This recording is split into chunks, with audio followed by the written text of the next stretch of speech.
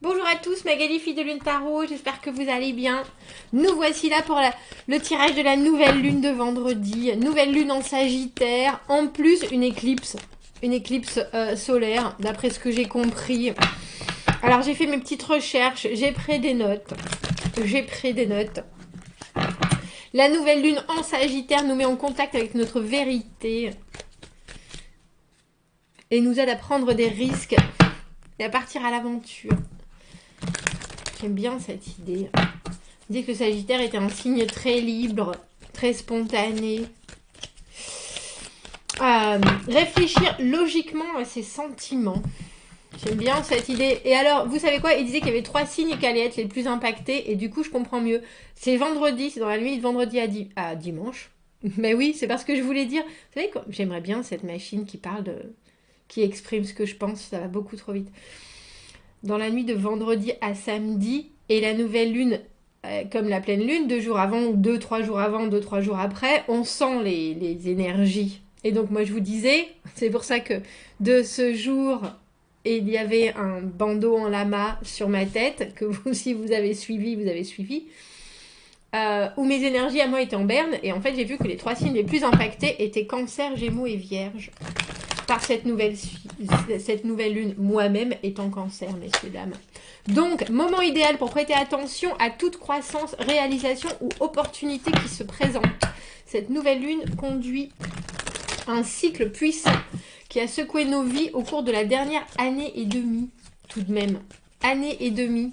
Qu'est-ce que vous avez amené à épanouissement et qu'est-ce que vous avez maintenant besoin de manifester pour avoir quelque chose qui soit au plus proche de qui vous êtes vous et de ce que vous recherchez. Bon moment pour réfléchir à la façon dont vos croyances ont évolué et pour clarifier ce que la vérité signifie pour vous. Alors, on a pris le tarot de Marseille. Vous savez que moi, je suis une grande aficionado du tarot de Marseille. Donc, le voilà. Et on fait un tirage spécial pour cette nouvelle lune en Sagittaire. Qu'est-ce que je recherche? Qu'est-ce que j'ai laissé derrière pendant cette quête? Sur quoi je ne m'engage pas? Et qu'est-ce que j'ai négligé? On va aller justement creuser dans cette vérité dont on a besoin. On fera un petit rituel, bien entendu, parce qu'on aime bien les rituels dans la grande famille, dans la communauté de Magali, fille de lune. Et puis on fera une extension pour aller creuser justement dans cette vérité-là. J'ai mis des lumières partout. C'est la lumière, la vérité. On a besoin de cette... on a besoin de tout ça. Et dans cette extension, on ira donc creuser et voir comment est-ce qu'on peut se rapprocher au mieux de cette vérité. Manifester, c'est bien. J'ai marqué, je l'ai écrit en plus. Hein. Manifester, c'est bien, mais se préparer, c'est mieux. Donc l'extension, vous trouverez l'adresse dans le lien, dans la petite boîte de dialogue juste en dessous. On va aller voir cette... Ah, j'ai pris pleine lune en plus. Magali, mais c'est pas du tout ça. Parce que dans la pleine lune en Sagittaire, elle nous disait, regardez, look at the bigger picture. Et j'étais là, mais on est loin quand même. Magali. Excusez-moi, hein. Donnez-moi une petite seconde, le temps que je retrouve. Parce que la pleine lune en Sagittaire, c'est... J'allais dire, c'est dans 6 mois, non? Logiquement. Dites-moi, aidez-moi. Aidez-moi, messieurs, dames. Merci pour... Merci à Dominique, je ne sais pas si vous avez vu dans les commentaires. Au moment où je fais ce tirage, hein, qui nous a si gentiment expliqué... On va les laisser, tiens, pour la peine. Des choses astrologiques. J'adore. Merci. Merci à tous ceux qui mettent leurs pattes. La chance est de votre côté. La chance est de votre côté. Allons voir ce qu'on recherche, ce qu'on a besoin de comprendre. Ce que cette, bien entendu, nouvelle lune en Sagittaire du 3 décembre 2021, sur quoi elle veut mettre le doigt, elle, par rapport à vous. Et les messages des cartes pour nous accompagner au mieux pour cette nouvelle lune. J'aime bien l'idée de réfléchir, bien entendu, non seulement sur vos sentiments, mais aussi sur la façon dont vous voulez voir arriver les choses. Et sur ce qui peut-être vous a amené, sur ce qui vous a amené là où vous êtes maintenant, mais sur la meilleure façon d'anticiper la suite pour être au plus proche de vous. Oh, c'est joli ça. Ce que je recherche. J'aime bien parce que le 6 de bâton, cette carte à l'endroit en plus, c'est la victoire, tout simplement. C'est la victoire, c'est la réussite. Dans le Morgan Greer, dans les tirages, dans les cartes anglo-saxonnes, c'est l'iconographie où il est sur son cheval. Il arrive victorieux avec sa couronne de laurier. Tout le monde est en train de célébrer derrière. Pour moi, c'est l'aboutissement de quelque chose, parce que le 5 de bâton, c'est aussi les conflits internes, et quelque part, dans l'aboutissement d'eux, dans la victoire, mais le fait qu'on est aussi célébré par le reste du monde, il y a une espèce d'apaisement. Et c'est étrange, parce que c'est quand même une carte qui est de pleine énergie, la carte du 6 de bâton. Il y a vraiment une liesse derrière ça, il y a quelque chose de très félicité. C'est la carte que j'appelle des félicitations du jury, mais... c'est une carte de validation, mais pour moi, c'est surtout le calme après la tempête, étrangement. Peut-être parce que je suis quelqu'un d'hyper énergique et qu'une fois que j'ai réussi, je regarde déjà au prochain... au prochain... au prochain but. Mais le 6 de bâton, c'est vraiment une carte où on s'est bien battu et on veut enfin qu'il y ait quelque chose qui soit non seulement accepté, mais en plus compris du reste du monde. Compris, on n'a plus besoin de faire ses preuves, c'est bon, c'est là, c'est acquis. Et puis il y a surtout l'impression et l'avantage que non seulement nos expériences, mais vraiment nos combats ont mené à quelque chose qui fonctionne et quelque chose qui est...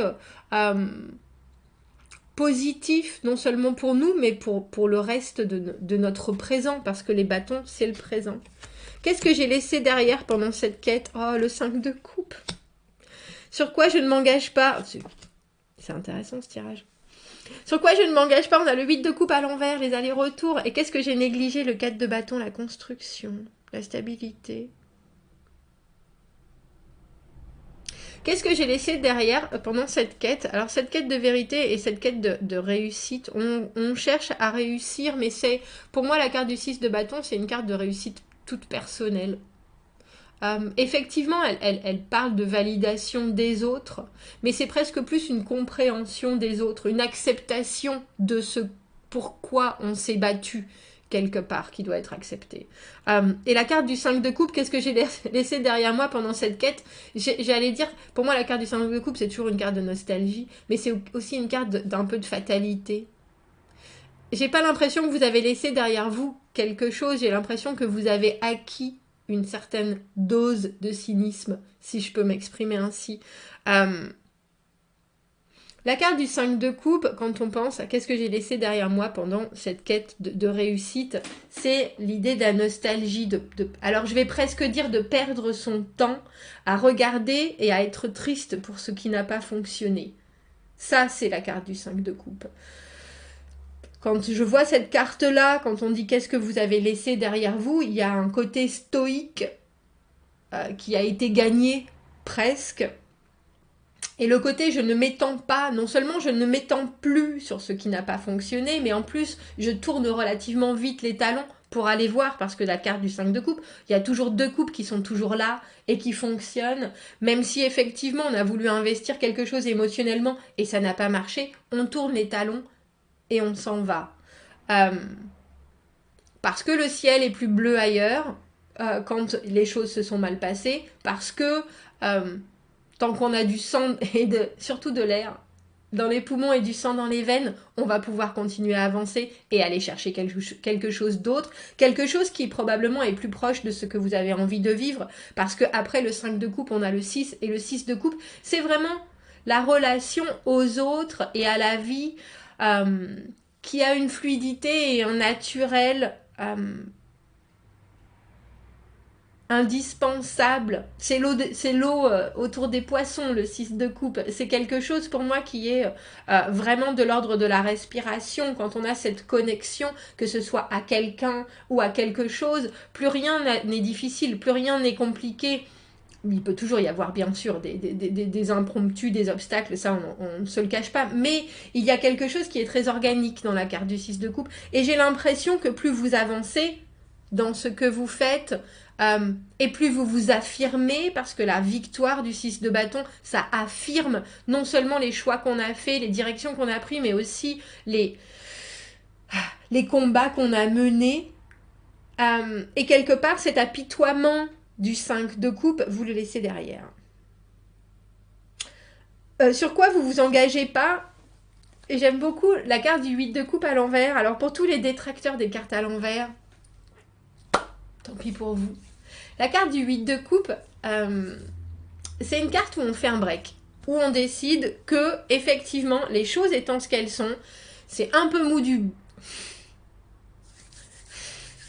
C'est un peu mou du genou. C'est pas ce qui était dans ma bouche en premier, mais je peux pas le dire. C'est un peu mou du genou. Il y a quelque chose d'un peu rassis dans la carte du 8 de coupe et dans ce qu'on ressent. Du coup, on décide d'aller voir ailleurs, d'aller chercher plus, d'aller chercher plus loin, d'aller chercher encore. J'ai presque envie de dire parce qu'on a tout vécu, mais en même temps, on n'a jamais rien vécu, surtout émotionnellement. On a en tout cas acquis une certaine stabilité qui fait que on a besoin de faire une pause. Mais dans mon idée, et la carte du 8 de coupe à l'envers, c'est qu'on y reviendra toujours. C'est que cette stabilité émotionnelle qu'on quitte, finalement on la recherche quand même. Et sur quoi je ne m'engage pas, c'est la décision de partir ou de rester. Et on a l'impression que la nouvelle lune en Sagittaire, elle est en train de vous dire... Il est où ton cœur? Quand tu prends des décisions, prends-les vraiment. C'est comme ça que tu vas avancer. C'est comme ça que tu vas vivre les choses au plus près de toi-même.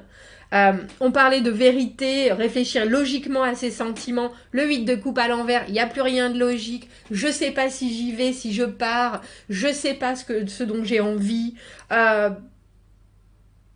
Je cherche quelque chose de victorieux, mais est-ce que je suis capable de travailler là-dessus? On a l'impression qu'il y a aussi quelque chose par rapport à la construction de ce 4 de bâton qu'on a un peu oublié. J'aime bien cette idée de ne pas s'engager. C'est une... Comment on appelle ça? C'est une double négation. Ne pas s'engager avec le 8 de coupe à l'envers. C'est... mince, j'ai contrepétri, mais c'est pas du tout ça. C'est pas un pléonasme. Le truc avec la pluie mouille, ce genre de choses. C'est l'indécision absolue, le 8 de coupe à l'envers. C'est votre ex qui vous rappelle tous les 2 mois auquel vous redonnez une chance et qui est jamais là. Ça, c'est le 8 de coupe à l'envers. C'est le travail dont vous rêvez. Et à chaque fois, vous ouvrez un livre, vous vous formez un peu plus. Mais en fait, vous n'allez jamais vraiment là-dessus. Vous quittez un poste, mais vous n'allez jamais vraiment vers votre but non plus. Et il y a quelque chose avec cette nouvelle lune qui vous demande au final de manifester si vous voulez les choses. Et si vous voulez être victorieux, j'avais battant, vaillant, plein de mots... il y a aussi une obligation, une fois que vous sortez de quelque chose, de rester sorti de cette chose-là et de ne pas revenir dessus. Après, je pense qu'effectivement, c'est pour ça que cette première carte que j'ai prise, qui était la pleine lune en Sagittaire, où ils nous disent, regardez à la grande... Quand on dit « look at the bigger picture » en anglais, c'est regarder, prenez du recul et essayez de voir les choses... de relativiser, de voir les choses en arrière, de effectivement regarder les choses en grand. Et c'est ça qui nous manque, c'est le recul. Quand on est dans la carte du 8 de coupe, l'émotionnel, il est là, il est toujours là. Entre la sécurité, entre l'aventure, entre aller chercher mieux, aller chercher autre chose. Bien sûr, c'est toujours compliqué de se décider émotionnellement et de pas se dire je mets un pied dedans, je mets un pied dehors, qu'est-ce que je fais, comment je m'engage. Mais si vous voulez avoir cette victoire absolue du 6 de bâton, non seulement l'ego, mais c'est un ego j'ai presque envie de dire, c'est l'ego qui est chéri par vous-même. Il y a quelque chose, bien sûr, comme je le disais, de la validation des autres, d'une espèce de victoire, mais c'est parce qu'elle est flagrante d'évidence que les autres ne peuvent que dire « Ah bah oui, c'était ça, bien sûr, c'est pour ça que tu t'es battu, bien sûr, on voit bien que ça te correspond. » Donc j'aime bien sur quoi je ne m'engage pas, l'indécision. Oh oui, mais non, je garde quand même une poire pour la soif. Bah non, parce que si on veut le 6 de bâton, on va la faire la traversée du désert et la poire pour la soif, on l'aura déjà consumée alors qu'on a 13 jours encore à scoltiner, à sucer du cactus, si vous voyez ce que je veux dire. Et là, on dirait que cette nouvelle lune, elle vous dit, bien sûr, il faut faire des compromis, bien sûr, il faut travailler avec ce que vous vivez, bien sûr, il faut avancer à votre rythme. Et bien sûr, il faut faire du cha-cha, un pas en avant, un pas en arrière, jusqu'à un certain point. Mais là, le cha-cha, le côté, j'ai vécu des trucs pas cool, je suis pas sûre, si j'y reste, si je repars, si j'y reste, si je repars. Vous savez que si vous y restez, vous perdez quelque chose de phénoménal et c'est le temps. La vie. Elle coule, elle, pendant que vous êtes en train de faire du cha-cha-cha. Et vous posez des questions. Et c'est ça, en fait. Qu'est-ce que j'ai négligé avec ce 4 de bâton? Le 4 de bâton, c'est la célébration aussi. Mais c'est les bases. C'est qu'est-ce qui est absolument indispensable pour fonder ma bataille. Le 4 de bâton, c'est les indispensables. C'est vraiment les piliers de votre situation. J'ai presque envie de dire rêver dans l'absolu. Les bâtons, c'est l'agissement, c'est l'action, c'est le moment présent. Faire des choses, décider, mais décider en agissant. Et là, on a le sentiment que vous avez évolué, il n'y a pas de souci, et vous continuez à le faire, mais cette nouvelle lune, elle veut mettre en lumière le fait que si vous voulez arriver à la victoire absolue, il faut construire au lieu de... Et j'ai subir en tête, mais dans le 8 de coupe, on ne subit pas forcément. On se met dans cette situation soi-même. Et tant qu'on reste dans cette situation de danseur de cha-cha, je ne sais pas si je mets un pied dedans, un pied dehors, la construction autre, ailleurs, elle ne peut pas vraiment se faire et on ne peut pas vraiment célébrer. Et on a le sentiment que cette nouvelle lune, elle vous dit, tu as avancé, il n'y a aucun doute. Sinon, tu la verrais pas déjà, tu la visualiserais pas, cette victoire du 6 de bâton. Tu ne t'imaginerais même pas sur la plus haute marche du podium. Là, tu te vois déjà comme ça. Tu as avancé parce que tu laisses tes gnangnans de côté maintenant, que tu te flagelles de temps en temps. Oh, ça fait mal. C'était dur, mais je sais qu'il y a autre chose. Et peut-être ce laps de temps, il est maintenant plus court. Mais il y a presque un autre coup de butoir à donner, je dirais, dans votre processus de décision à vous. Qu'est-ce que je ressens? Et puis, il y a des opportunités, mais si je veux vraiment me réaliser, je me rends bien compte que repartir et revenir, ça m'avance pas des masses.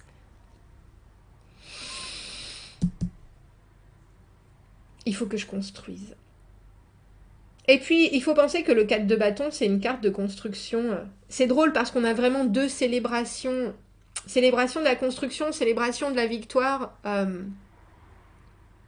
y a un côté, et je le répéterai jamais assez, vous avez besoin de croire en vous et vous avez besoin de regarder ce que vous avez déjà construit pour avancer à nouveau. La chance est de votre côté. C'est ça qu'elle nous dit, cette lune. On va faire un petit rituel. On fera une extension. On fera une extension pour voir. Je suis intéressée par ce pléonasme. Je crois que c'était ça, un pléonasme. Le 8 de coupe à l'envers. Sur quoi est-ce qu'on doit se concentrer? J'ai toutes mes cartes. Oui, Magali, j'ai l'impression qu'il n'y en a pas beaucoup. En même temps, il n'y en a pas beaucoup dans le... J'aime bien les rituels. Sur quoi est-ce que on doit se concentrer pour manifester au mieux cette vérité? Et puis, quand je vous disais l'évidence de la victoire, c'est vraiment... il y a énormément de force hein, dans le 6 de bâton. Il y a quelque chose, et c'est presque comme si vous vous rendiez compte au fur et à mesure que vous étiez vraiment fort, et vous hésitiez encore. Mais vraiment? Mais Vraiment? Oui, oui, vraiment. La prospérité, ma foi. Quelle jolie carte. Alors, prospérité, que nous dit-on? Succès, gratitude, bénédiction. Rien que ça. Ah oui, c'est la grenade. La prospérité est un état de succès et se sentir fortuné. Vous avez juste besoin d'aligner votre état d'esprit. Le secret de cette prospérité est une attitude joyeuse, célébrée. C'est rigolo. Ça veut dire que l'on s'amuse et que l'on tient, on tient à ses aspirations, mais d'une manière légère, pour ne pas écrabouiller l'énergie. Alors, so as not to quash the energy, je pense que c'est vraiment écrabouiller, pas forcément le bon terme, mais il y a cette idée de prendre plaisir à ce que vous faites et à ce que vous menez à bien. Et je pense qu'il y a une grande partie où votre émotionnel, il a pris le dessus, et se prendre plaisir, il est aussi hyper important. Voyez les bénédictions et sentez-vous grateful. Oh, grateful.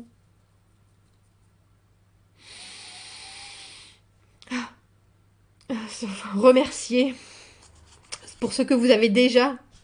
We already have. We'll start the process of bringing the spirit of prosperity into your life. Oui, c'est ça. Je vous ai dit.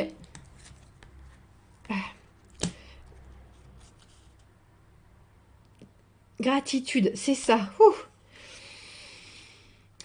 Gratitude pour ce que vous avez déjà. Cela vous permettra de commencer le processus d'amener un esprit de prospérité dans votre vie. Potion de prospérité pour ceux qui ont plus de 18 ans. Ça vous offrira une capacité et un moyen plutôt léger de taper dans cette essence de prospérité. 15 ml de gin. J'ai pas tout ça, moi. Ah, peut-être que si. 15 ml de gin, 10 ml de liqueur d'orange, 30 ml de jus de grenade. Et un peu de jus de citron vert sur de la glace dans un shaker. On shake 3 fois. Et ensuite, on le verse dans un verre que l'on a mis au congélateur auparavant. Il faut que ça soit frozen. Et ensuite, on met une tranche de citron vert. On prend une gorgée et ensuite, je suis obligée de vous la remettre. Vous allez être obligé de regarder le tirage pendant que vous faites le truc. Le rituel. Et l'on se concentre sur la carte de prospérité. On dit fort et avec un cœur en joie. Prospérité, la fée de la prospérité est enfin libre. Brille de ta lumière prospère sur moi. Vous avez aussi le droit à une version sans alcool avec 10 ml de sucre ou de caramel, on dira, 15 ml de jus d'orange et 30 ml de jus de grenade. Si vous avez du sirop de grenadine, je pense que ça doit pouvoir le faire aussi. Un peu de citron vert et une tranche de citron vert et vous faites la même chose. Appréciez maintenant le goût fruité et frais de la prospérité. Non, je crois pas. J'avais pas l'impression qu'on l'avait déjà fait, celui-là. Vous me direz ce que vous en pensez. J'aime beaucoup cette idée. J'aime beaucoup cette idée. Bon. On va faire une extension. Si vous me suivez là, on se retrouve. Vous trouvez le lien dans la petite boîte juste en dessous. Sinon, passez une très bonne nouvelle lune. Vous êtes fort, vous êtes vaillant et un peu plus stoïque à présent. Je vous dis à très bientôt. Merci beaucoup. Au revoir.